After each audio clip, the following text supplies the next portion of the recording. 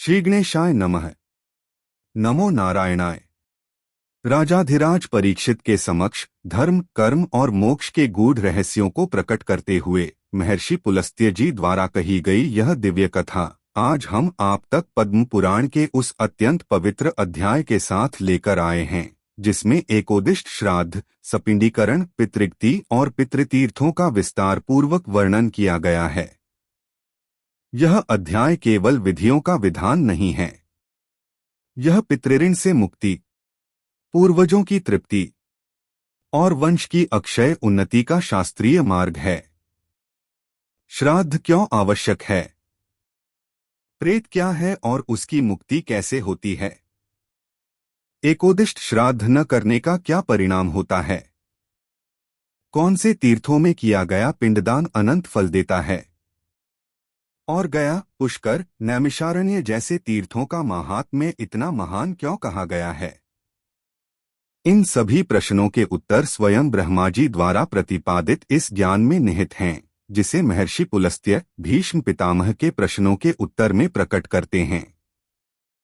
यह अध्याय हमें सिखाता है कि पितरों की कृपा से ही आयु, पुत्र, विद्या, धन, राज्य, स्वर्ग और अंततः मोक्ष की प्राप्ति होती है। और जो मनुष्य श्रद्धा से श्राद्ध करता है वह केवल अपने पितरों को ही नहीं, आने वाली 7 पीढ़ियों को भी तार देता है। अतः शुद्ध भाव, स्थिर मन और श्रद्धा के साथ इस अध्याय का श्रवण कीजिए। यह पाठ पापों का नाश करने वाला, दरिद्रता को दूर करने वाला और जीवन को धर्ममय बनाने वाला है। अब आरंभ करते हैं पद्म पुराण के इस पुण्यप्रद अध्याय का पाठ। पुलस्त्य जी कहते हैं, राजन, अब मैं एकोदिष्ट श्राद्ध का वर्णन करूंगा जिसे पूर्व काल में ब्रह्मा जी ने बतलाया था। साथ ही यह भी बताऊंगा कि पिता के मरने पर पुत्रों को किस प्रकार अशौच का पालन करना चाहिए। ब्राह्मणों में मरणाशौच 10 दिन तक रखने की आज्ञा है। क्षत्रियों में 12 दिन, वैद्यों में 15 दिन तथा शूद्रों में 1 महीने का विधान है। यह अशौच सपिंड 7 पीढ़ी तक के प्रत्येक मनुष्य पर लागू होता है। यदि किसी बालक की मृत्यु चूड़ाकरण के पहले हो जाए तो उसका अशौच 1 रात का कहा गया है। उसके बाद उपनयन के पहले तक 3 रात तक अशौच रहता है। जन्नाशौच में भी सब वर्णों के लिए यही व्यवस्था है। अस्थि संयन के बाद अशोचग्रस्त पुरुष के शरीर का स्पर्श किया जा सकता है। प्रेत के लिए 12 दिनों तक प्रतिदिन पिंडदान करना चाहिए, क्योंकि वह उसके लिए पाथेय राह खर्च है, इसलिए उसे पाकर प्रेत को बड़ी प्रसन्नता होती है। द्वादशाह के बाद ही प्रेत को यमपुरी में ले जाया जाता है, तब तक वह घर पर ही रहता है। 8-10 रात तक प्रतिदिन उसके लिए आकाझर में दूध देना चाहिए, इससे सब प्रकार के दाह की शांति होती है तथा मार्ग के परिश्रम का भी निवारण होता है। दशा के बाद 11वें दिन जबकि सूतक निवृत्त हो जाता है, अपने गोत्र के 11 ब्राह्मणों को ही बुलाकर भोजन कराना चाहिए। अशौच की समाप्ति के दूसरे दिन एकोदिष्ट श्राद्ध करे। इसमें न तो आवाहन होता है न अग्नोकरण, अग्नि में हवन, विश्वदेवों का पूजन आदि भी नहीं होता। एक ही पवित्री, एक ही अर्घ और एक ही पिंड देने का विधान है। अर्घ और पिंड आदि देते समय प्रेत का नाम लेकर तबोपतिष्ठताम तुम्हें प्राप्त हो, ऐसा कहना चाहिए। तत्पश्चात तिठ और जल छोड़ना चाहिए। अपने किए हुए दान का जल ब्राह्मण के हाथ में देना चाहिए तथा विसर्जन के समय अभिरमयता कहना चाहिए। रोष कार्य अन्य श्राद्धों की ही भांति जानना चाहिए। उस दिन विधिपूर्वक शय्यादान, फलवस्त्र समन्वित काजजन पुरुष की पूजा तथा द्विज दंपति का पूजन भी करना आवश्यक है। एकादशाह श्राद्ध में कभी भोजन नहीं करना। चाहिए। यदि भोजन कर ले तो चांद्रायण व्रत करला उचित है। सुयोग्य पुत्र को पिता की भक्ति से प्रेरित होकर सदा ही एकोदिष्ट श्राद्ध करना चाहिए। एकादशाह के दिन वृषोत्सर्ग करे, उत्तम कपिला गौ दान दे और उसी दिन से आरंभ करके 1 वर्ष तक प्रतिदिन भक्ष्य भोज्य के साथ तिल और जल से भरा हुआ घड़ा दान करना चाहिए। इसी को कुंभदान कहते हैं। तदंतर वर्ष पूरा होने पर सपिंडीकरण श्राद्ध होना चाहिए। सपिंडीकरण के बाद प्रेत प्रेतत्व से मुक्त होकर पार्वण श्राद्ध का अधिकारी होता है तथा गृहस्थ के वृद्धि संबंधी कार्यों में आभ्युद्यिक श्राद्ध का भागी होता है। सपिंडीकरण श्राद्ध देवश्राद्ध पूर्वक करना चाहिए, अर्थात उसमें पहले विश्वदेवों की फिर पितरों की पूजा होती है। सपिंडीकरण में जब पितरों का आवाहन करे तो प्रेत का आसन उनसे अलग रखे, फिर चंदन जल और तिल से युक्त 4 अर्घ्यपात्र बनावे तथा प्रेत के अर्घ्यपात्र का जल 3 भागों में विभक्त करके पितरों के अर्घ्यपात्रों में डाले। इसी प्रकार पिंडदान करने वाला पुरुष 4 पिंड बनाकर ये समाना इत्यादि 2 मंत्रों के द्वारा प्रेत के पिंड को 3 भागों में विभक्त करे और एक एक भाग को पितरों के 3 पिंडों में मिला दे। इसी विधि से पहले अर्घ्य को और फिर पिंडों को सड्डल्प पूर्वक समर्पित करे। तदंतर वह चतुर्थ व्यक्ति अर्थात प्रेत पितरों की श्रेणी में सम्मिलित हो जाता है और अग्निस्वात आदि पितरों के बीच में बैठकर उत्तम अमृत का उपभोग करता है। इसलिए सपिंडीकरण श्राद्ध के बाद उस प्रेत को पृथक कुछ नहीं दिया जाता, पितरों में ही उसका भाग भी देना चाहिए तथा उन्हीं के पिंडों में स्थित होकर वह अपना भाग ग्रहण करता है। तब से लेकर जब जब संक्रांति और ग्रहण आदि पर्व आवें, तब तब 3 पिंडों का ही श्राद्ध करना चाहिए। केवल मृत्युतिथि को केवल उसी के लिए एकोदिष्ट श्राद्ध करना उचित है। पिता के क्षयाह के दिन जो एकोदिष्ट नहीं करता वह सदा के लिए पिता का हत्यारा और भाई का विनाश करने वाला माना गया है। क्षयाह तिथि को एकोदिष्ट न करके पार्वण श्राद्ध करने वाला मनुष्य नरकगामी होता है। मृत व्यक्ति को जिस प्रकार प्रेत्योनिसी छुटकारा मिले और उसे स्वर्गादि उत्तम लोकों की प्राप्ति हो, इसके लिए विधिपूर्वक आमश्राद्ध करना चाहिए। कच्चे अन्न से ही अग्नोकरण की क्रिया करे और उसी से पिंड भी दे। पहले या तीसरे महीने में भी जब मृत व्यक्ति का पिता आदि 3 पुरुषों के साथ सपिंडीकरण हो जाता है तब प्रेतत्व के बंधन से उसकी मुक्ति हो जाती है। मुक्त होने पर उससे लेकर 3 पीढ़ी तक के पितर सपिंड कहलाते हैं तथा चौथा सपिंड की श्रेणी सी निकलकर लेपभागी हो जाता है। कुश में हाथ पहुंचने से जो अंश प्राप्त होता है वही उसके उपभोग में आता है। पिता पितामह और प्रपितामह 3 पिंड भागी होते हैं और इनसे ऊपर चतुर्थ व्यक्ति अर्थात वृद्ध प्रपितामह से लेकर 3 पीढ़ी तक के पूर्वज लेप भाग भोजी माने जाते हैं।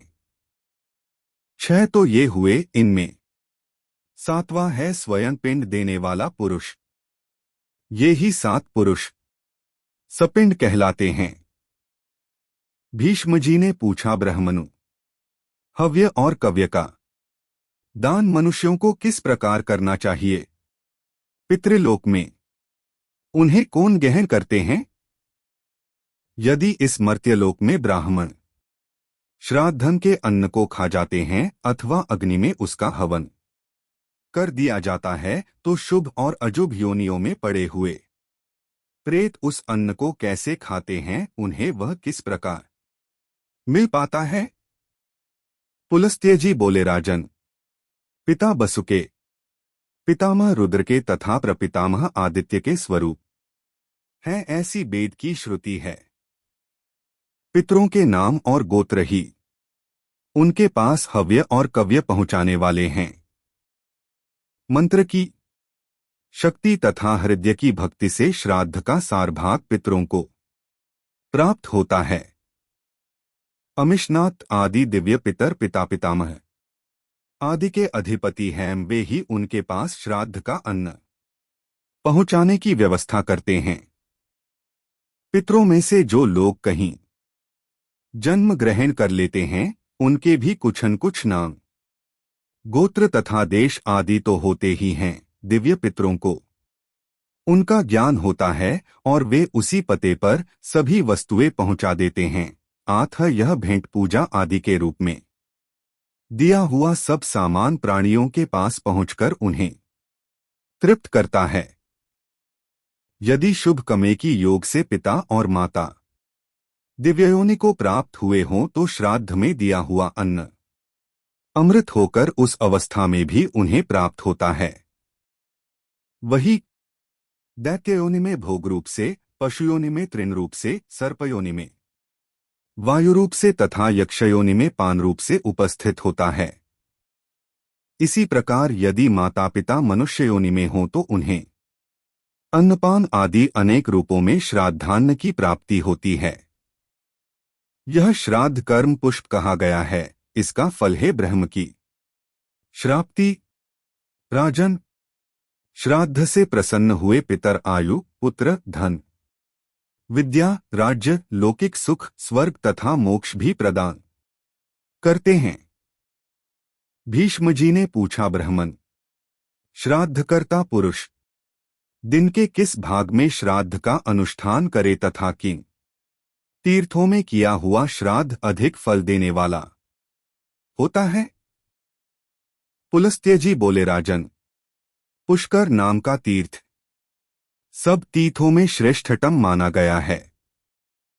वहां किया हुआ दान, होम, श्राद्ध और जप निश्चय ही अक्षय फल अदान करने वाला होता है। वह तीर्थ पितरों और ऋषियों को सदा ही परम प्रिय है। इसके सिवा नालंदा, ललिता तथा मायापुरी, हरिद्वार भी पुष्कर के ही समान उत्तम तीर्थ हैं। मित्रपद और केदार तीर्थ भी श्रेष्ठ हैं। गड़ासागर नामक तीर्थ को परम शुभदायक और सर्वतीर्थ भय बतलाया जाता है। ब्रह्मसर तीर्थ और शतद्धु सतलज नदी का जल भी शुभ है। नैमिषारण्य नामक तीर्थ तो सब तीर्थों का फल देने वाला है। वहां गोमती में गद्भा का सनातन स्रोत प्रकट हुआ है। नैमिषारण्य में भगवान यज्ञवराह और देवाधिदेव शूलपाणी विराजते हैं। जहां सोने का दान दिया जाता है, वहां महादेव जी की 18 भुजा वाली मूर्ति है।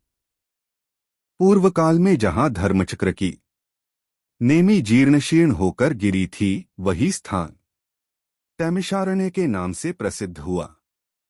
वहां सब तीर्थों का निवास है।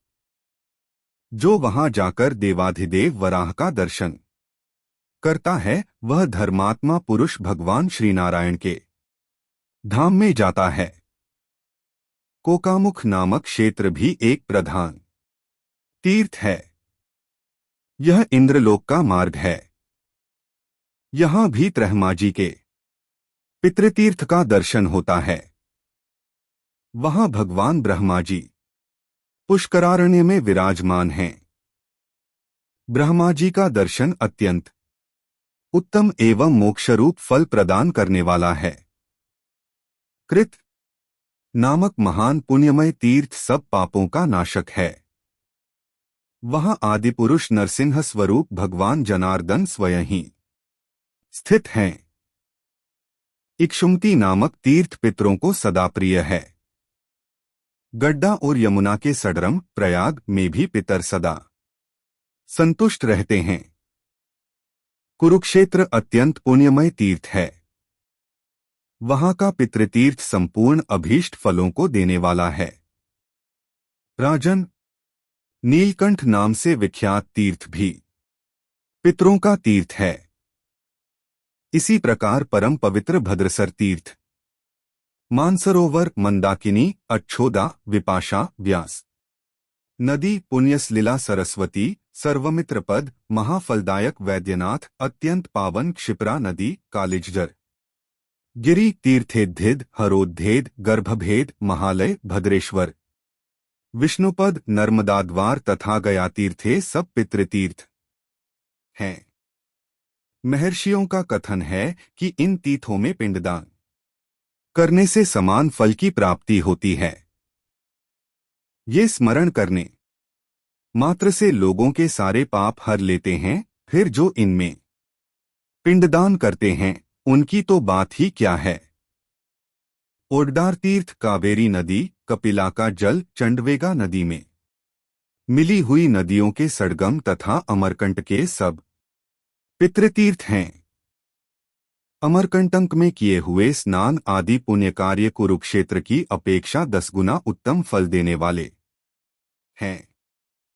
विख्यात शुक्वतीर्थ एवं उत्तम सोमेश्वर तीर्थ अत्यंत पवित्र और संपूर्ण व्याधियों को हरने वाले हैं।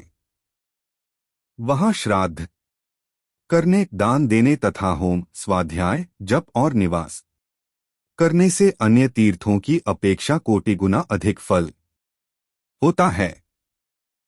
इनके अतिरिक्त एक कायावरोहण नामक तीर्थ है, जहां किसी ब्राह्मण के उत्तम भवन में देवाधिदेव त्रिशूलधारी भगवान षट्डूर का तेजस्वी अवतार हुआ था। इसीलिए वह स्थान परम पुण्यमय तीर्थ बन गया।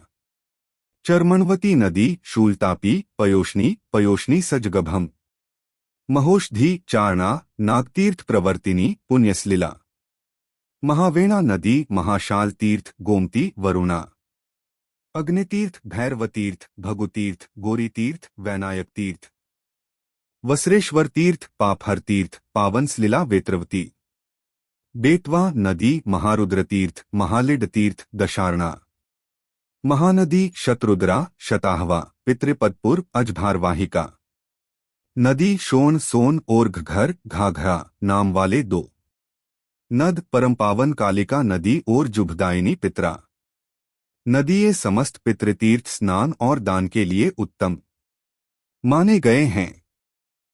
इन तीर्थों में जो पिंड आदि दिया जाता है वह अनंत फल देने वाला माना गया है।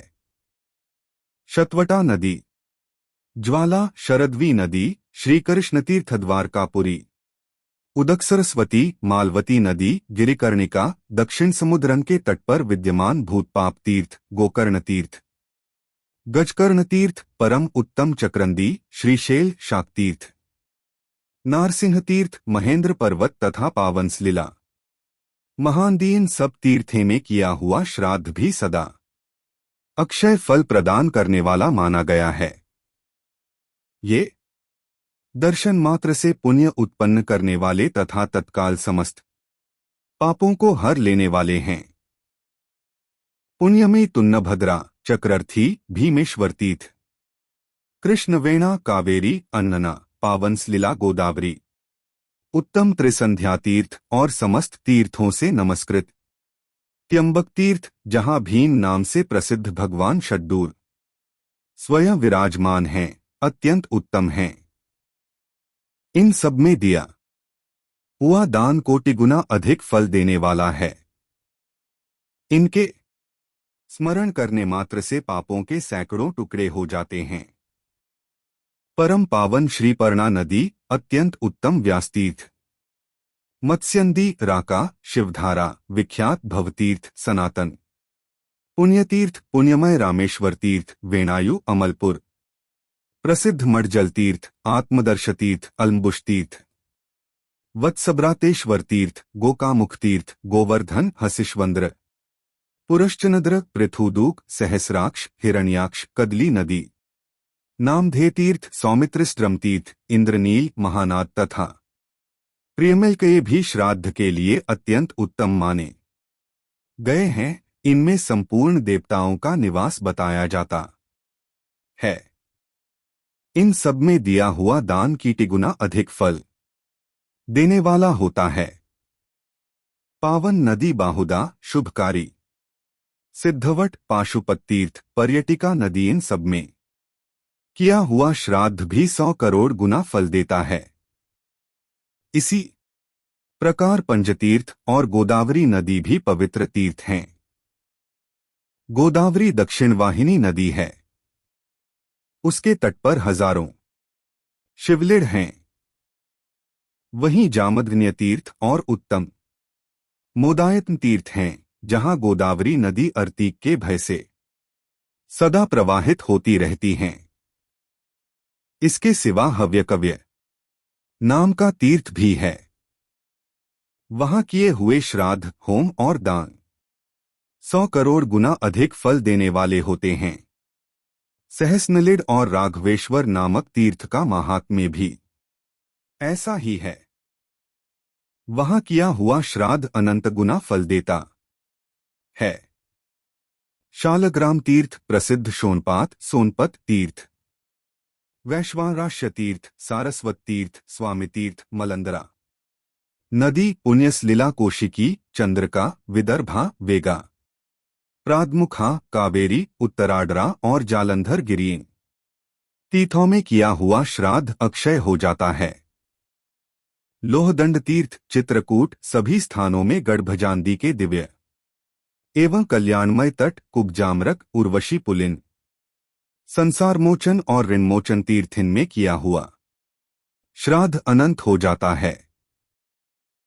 अट्ठास तीर्थ, गोतमेश्वर तीर्थ, वशिष्ठ तीर्थ, भारत तीर्थ, ब्रह्मावर्त, कुशावर्त, हंस तीर्थ, प्रसिद्ध पिंडार्क तीर्थ, षाढ़ोद्धार तीर्थ, भांडेश्वर तीर्थ, बिल्वक तीर्थ, नील पर्वत, सब तीर्थों का राजाधिराज, बद्री तीर्थ, वसुधारा तीर्थ, राम तीर्थ, जयंती, विजय तथा शुक्त तीर्थ, इनमें पिंडदान करने वाले पुरुष परमपद को प्राप्त होते हैं।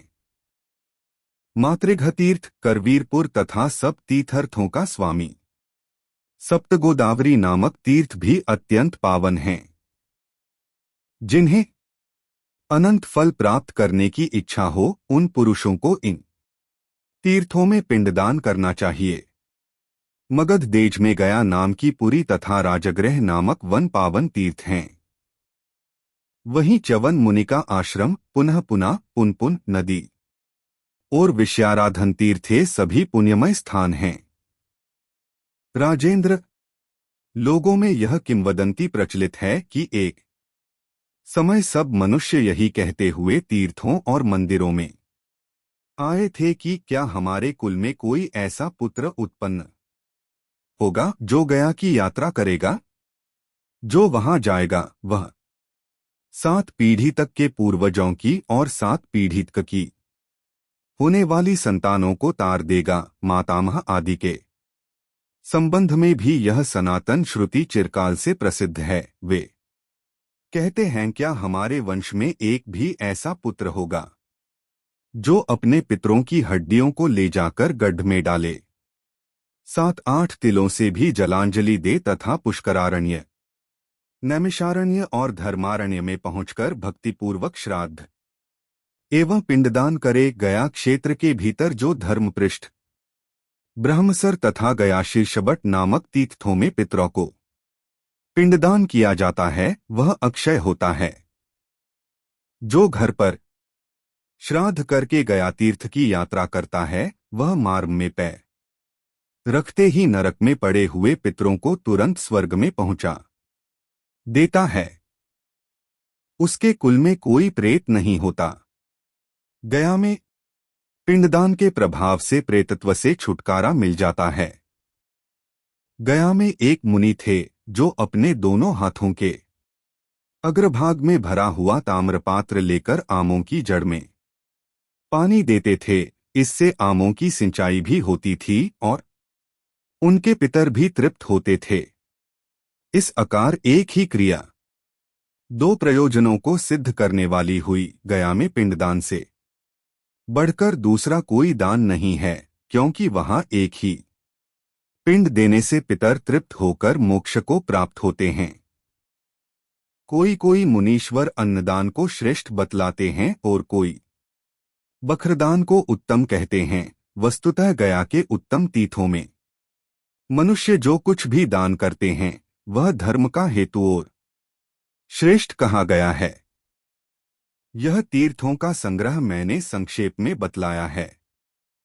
विस्तार से तो इसे बृहस्पति जी भी नहीं कह सकते, फिर मनुष्य की तो बात ही क्या है।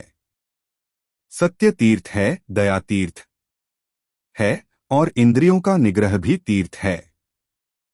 मनोनिग्रह को भी तीर्थ कहा गया है।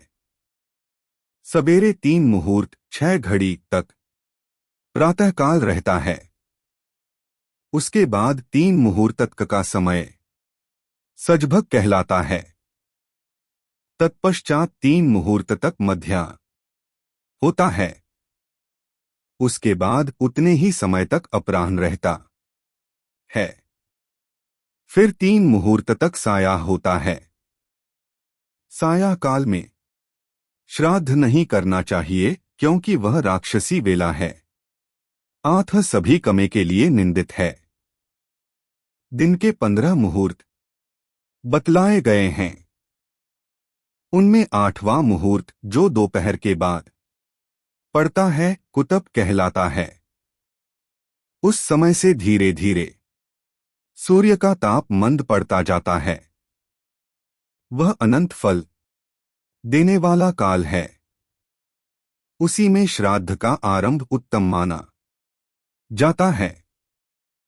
खड्गपात्र, कुतप, नेपाल देशीय कंबल, सुवर्ण कुश, तिच तथा 8वां दौहित्र पुत्रिका पुत्र ये कुत्सित अर्थात पाप को संताप देने वाले हैं, इसलिए इन 8 को कुतप कहते हैं।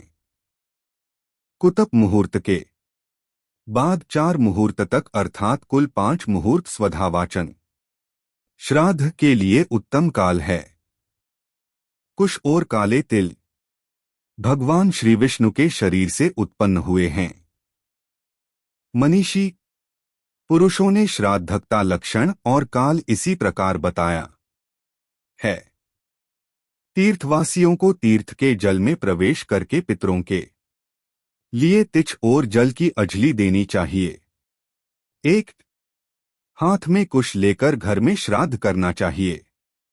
यह तीर्थ श्राद्धस्था विवर्ण पुण्यदायक, पवित्र, आयु बढ़ाने वाला तथा समस्त पापों का निवारण करने वाला है। इसे स्वयं ब्रह्मा जी ने अपने श्रीमुख से कहा है।